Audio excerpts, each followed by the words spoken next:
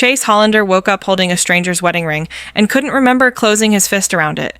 The metal had been gripped so tightly that it left an imprint in his palm. Deep, red, like he'd been holding it for hours. 3 days later, a photograph of a family that died in a fire. A week after that, a brass key from a house demolished in 1952. Every time he fell asleep, something new appeared in his hand. No memory, no explanation, just the weight of someone else's grief pressing into his skin. Chace set up a camera, locked every door, watched the footage the next morning, and saw his own hand reach into the empty air at 3 a.m. and close around nothing. 5 seconds later, there was a necklace in his palm. The necklace belonged to a girl who'd been missing for 3 weeks.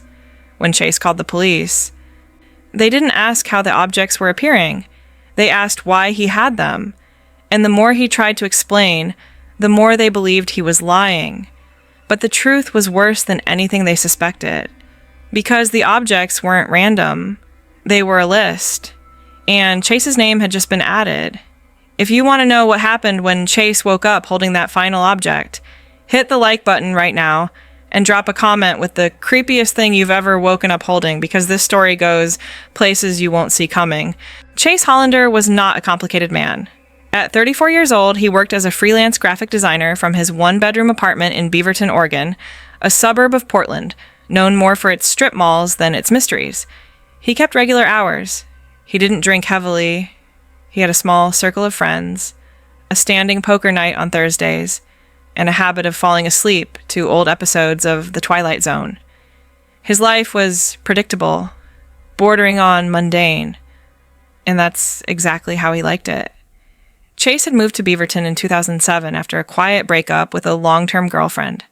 The relationship had simply run its course. No drama, no betrayal, and he'd taken the separation as an opportunity to start fresh. He rented a ground floor unit in a modest complex off Cedar Hills Boulevard, furnished it with IKEA basics, and settled into a routine that felt, for the first time in years, entirely his own. He wasn't lonely. He wasn't struggling. He was just existing, comfortably, unremarkably. But on the morning of March the 17th, 2009, that all changed. Chace woke up around 7:30 a.m., as he always did, to the sound of his alarm. He reached over to silence it, and that's when he felt it. Something small, cold, metallic. He opened his hand and stared at the object resting in his palm. A gold wedding band, simple and unadorned, with a faint inscription on the inside. He squinted at the tiny engraved letters, "Forever, M and J." He sat up slowly, his mind struggling to catch up with his senses. He didn't recognize the ring. He didn't wear jewelry. He wasn't married. And he had no idea how it had ended up in his hand.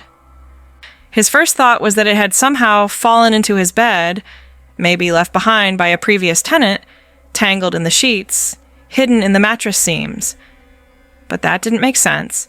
The ring had been in his fist, clenched. He could still see the faint red impression it had left on his skin. Chace got out of bed and checked his apartment. The front door was locked. The windows were shut. Nothing was out of place. He retraced his steps from the night before. Dinner at home, an hour of work on a client project, a shower, and then bed around 11 p.m. He hadn't gone anywhere. He hadn't seen anyone. He'd been alone. He placed the ring on his nightstand and tried to shake off the strangeness.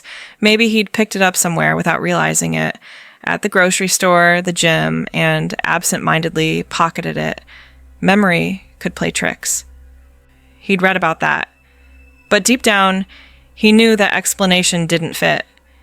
Because when Chace looked at the ring again, he felt something he couldn't name. A pull. A recognition that had no logical source. It wasn't his, but it felt like it was supposed to be in his hand. That feeling, unsettling and inexplicable, stayed with him all day. And it would only get worse. Because 3 nights later, it happened again. On the morning of March 20th, Chace woke up holding a photograph. Not a modern photo. This one was old, printed on thick, glossy paper that had yellowed at the edges. The image showed 4 people standing in front of a 2-story house with white siding and a wide front porch. A man in his 30s, dark-haired and smiling. A woman beside him, her hand resting on the shoulder of a young girl, maybe 6 or 7. A boy, slightly older, stood to the side, arms crossed, squinting into the sun. They looked happy, normal, like a family posing for a snapshot on a summer afternoon. Chace flipped the photo over. On the back, someone had written in faint pencil, "Summer, 1987. We made it." His hands were shaking. Not from fear, not yet, but from the sheer impossibility of what was happening. He didn't know these people. He'd never seen this house. And yet, here was this photograph, gripped tightly in his hand while he slept. He checked his apartment again. Doors locked, windows closed, no signs of entry. Nothing missing, nothing disturbed, except this. He tried to think, logically. Maybe he'd sleepwalked. Maybe he'd gone outside, picked something up, brought it back without remembering. But Chace had never sleepwalked in his life. And even if he had, where would he have found this photo?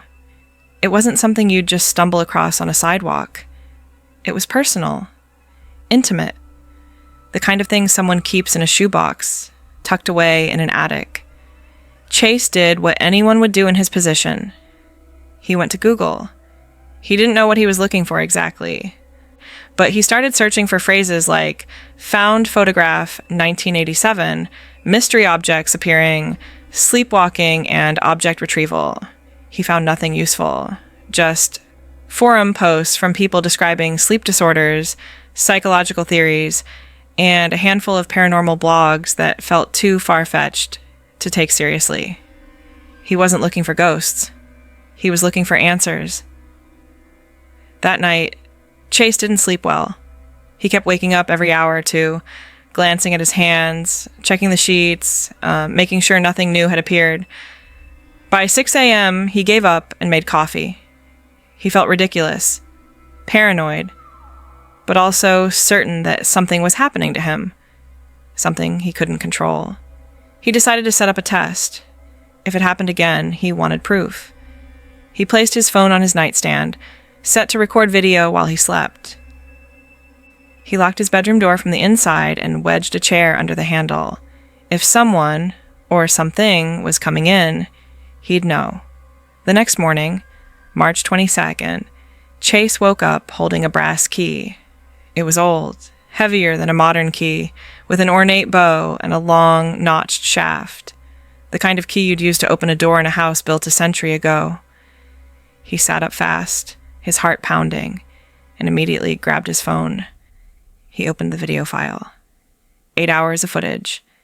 He skipped ahead, scanning through the frames. Nothing, no movement, no one entering the room, just him, lying in bed, motionless, until 3:47 a.m. That's when his right hand moved, slowly, deliberately.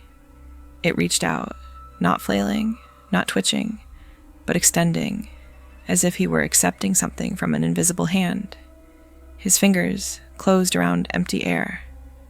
And then, 5 seconds later, they were holding the key. Chace watched the video 3 more times. He wasn't asleep. His eyes were closed, his breathing steady, but his body had moved with purpose. He had reached out, and something had been given to him. He didn't know what terrified him more, the fact that it was happening, or the fact that he had no memory of it at all. That's when he decided to start keeping a record. He photographed each object, wrote down the dates, noted every detail. He didn't know what he was documenting, but he knew he needed proof. Because whatever was happening to Chace Hollander wasn't stopping. It was just getting started. Chace's life began to fracture in small, almost imperceptible ways. He stopped answering calls from friends, canceled poker night, told his clients he was dealing with a family emergency and needed to push deadlines. It wasn't a lie exactly. It just wasn't the kind of emergency anyone would believe. How do you explain to someone that you're waking up every few days holding objects that don't belong to you? That you're recording yourself at night? watching your own hand move without your control, accepting things from a presence you can't see. By late March, Chace had collected 5 objects: the wedding ring, the photograph, the brass key, a child's wooden toy, a small carved horse, painted red with chipped edges, and a handwritten letter, folded into thirds, addressed to someone named Margaret. The letter was dated October 12th, 1972. It was a love letter, written in careful cursive, describing a man's longing to return home from what he described as this place I can't name. The tone was tender, aching. It ended with a promise. "I'll find my way back to you. I swear it." Chace read the letter a dozen times. He didn't know Margaret. He didn't know the man who wrote it. But he felt with an unsettling certainty that the letter had never been delivered, that Margaret had never read these words. And somehow, they had ended up in his hands, decades later, in the middle of the night. He started researching the objects individually. The wedding ring's inscription, "Forever, M and J," led him to online forums for lost jewelry. After hours of searching, he found a post from 2003. A woman named Janet Milroy from Eugene, Oregon, had reported losing her wedding ring during a hike. The description matched. The inscription matched. Chace's breath caught in his throat. He clicked through to Janet's profile. She was still active online, still posting. He thought about reaching out to her. But what would he say? He decided to focus on the photograph instead. The image of the family, the house, the date on the back. Summer, 1987. We made it. He searched property records, historical databases, and local news archives. Nothing turned up immediately. But then, on a hunch, he ran a reverse image search. Not on the photo itself, but on the house in the background. It took 3 tries, adjusting angles and cropping, but eventually he found it. A listing from a real estate database. The house was in Tigard, Oregon, just 15 minutes from Beaverton. It had burned down in November 1989. 2 people had died in the fire, a mother and a daughter. Chace felt his stomach drop. He clicked through the news articles. The fire had been ruled accidental, a space heater left too close to a curtain. The father and son had survived. They'd moved out of state shortly after. There were no follow-up stories, no updates, just a tragedy, briefly reported, then forgotten. Chace stared at the photograph in his hand. The little girl in the image, smiling, leaning into her mother, had died 2 years after this picture was taken. And now, more than 20 years later, this photo had appeared in his apartment, in his hand, while he slept. He didn't know what to do with that information. He didn't know what it meant. But the pattern was becoming clear. These weren't random objects. They were connected to loss, to grief, to moments that had been interrupted, left unfinished. Chace started to wonder if he was supposed to do something with them, return them, deliver them, finish whatever had been left undone. But that raised an even more disturbing question. Who or what was choosing him? The answer came on April 3rd, when he woke up holding something that made him pick up the phone and call 911. It was a necklace, gold chain, small pendant. And engraved on the back of the pendant was a name, a date, and a single word that made Chace's blood run cold. The name was Sarah Tully. The date was March 9th, 2009. And the word was missing. The police arrived at Chace's apartment within 20 minutes. 2 officers, a man in his 40s with graying temples, and a younger woman who carried a notebook and a skeptical expression. Chace met them at the door, the necklace still resting in his palm. He explained as clearly as he could. He'd woken up holding it. He didn't know how it got there. He'd never met anyone named Sarah Tully. He told them about the other objects, showed them the photos he'd taken, played them the video of his hand reaching out in the night. The older officer, whose name tag read Parker, studied the necklace carefully. He didn't touch it. didn't take it from Chace's hand. He just looked at it, his expression unreadable, and then glanced at his partner. She made a note. Parker asked Chace a series of questions. Where were you on March 9th? Do you know anyone in the Tully family? Have you been to Forest Grove recently?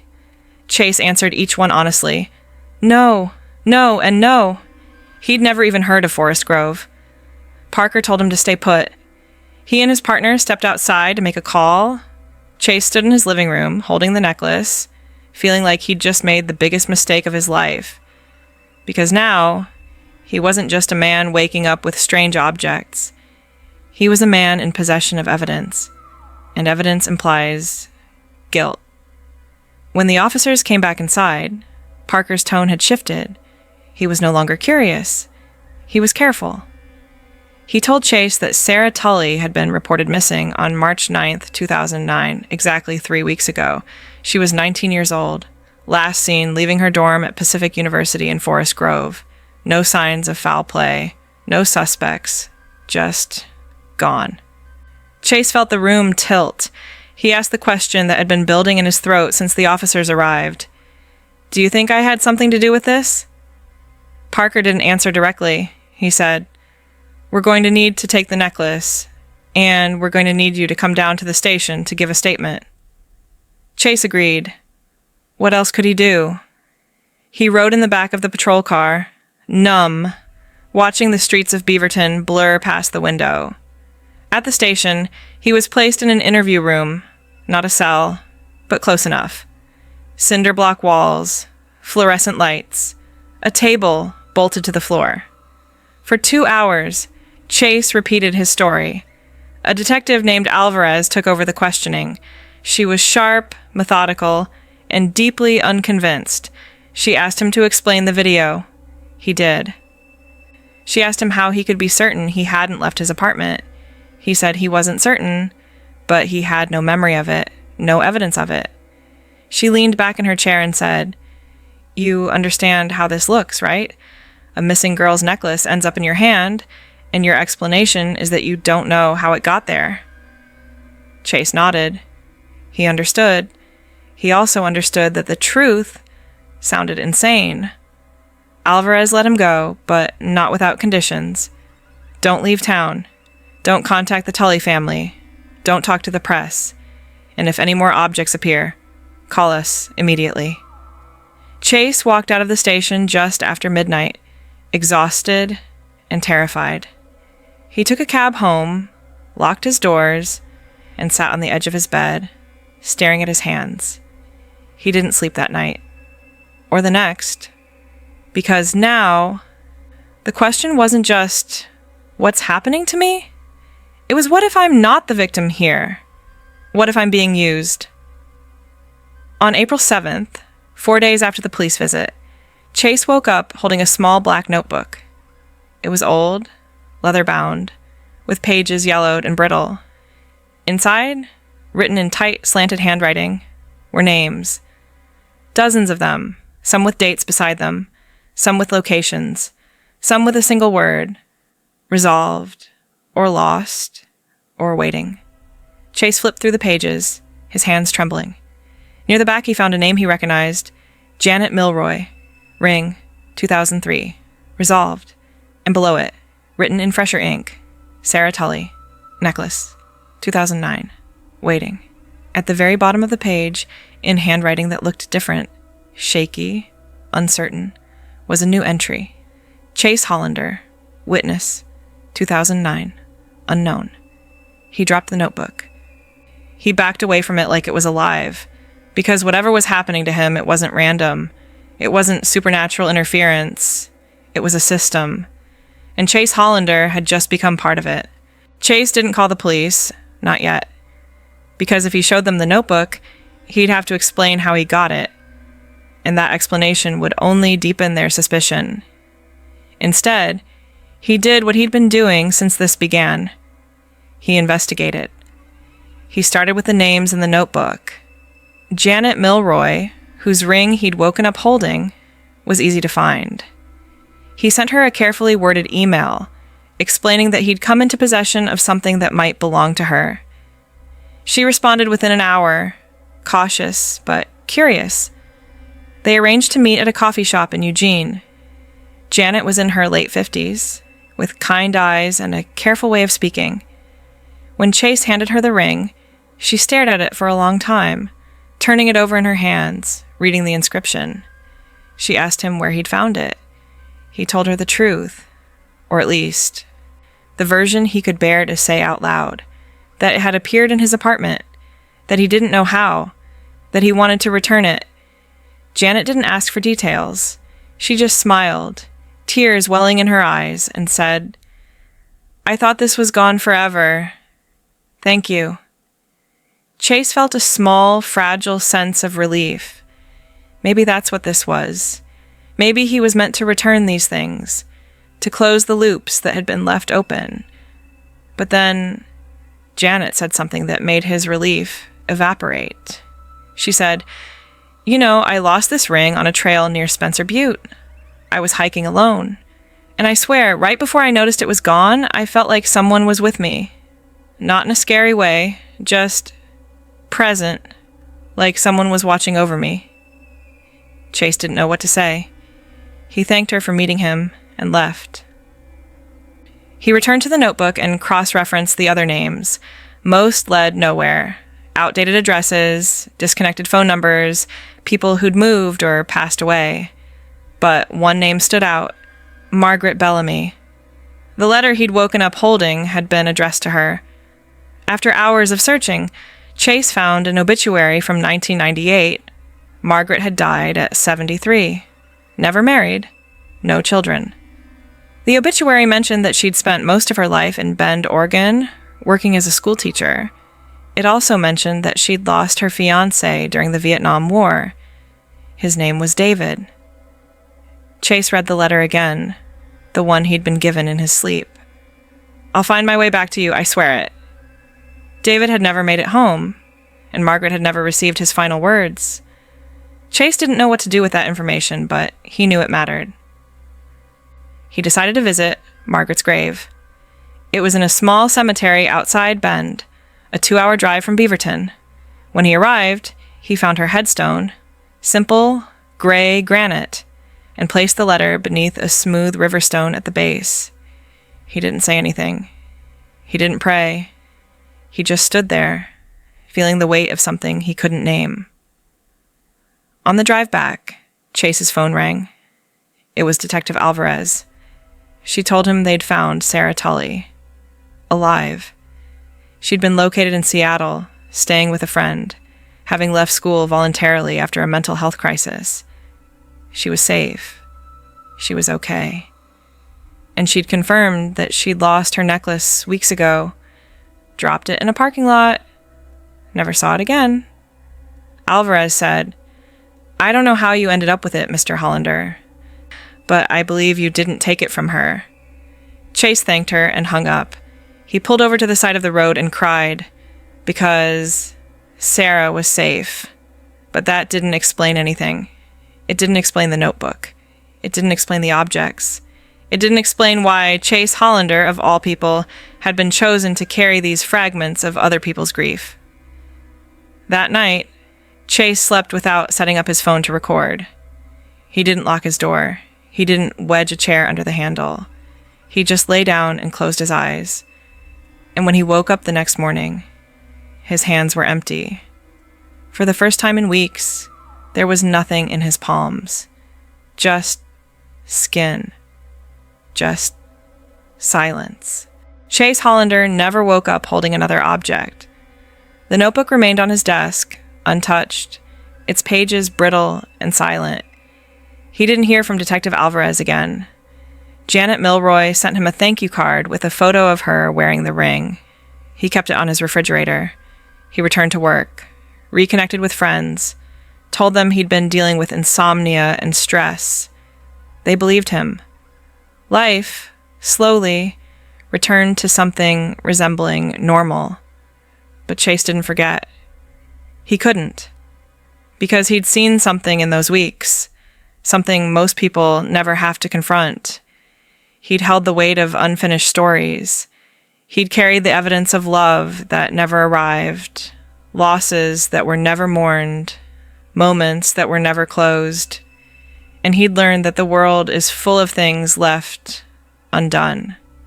Not because people don't care, but because life moves too fast, because grief gets buried, because sometimes there's no one left to remember.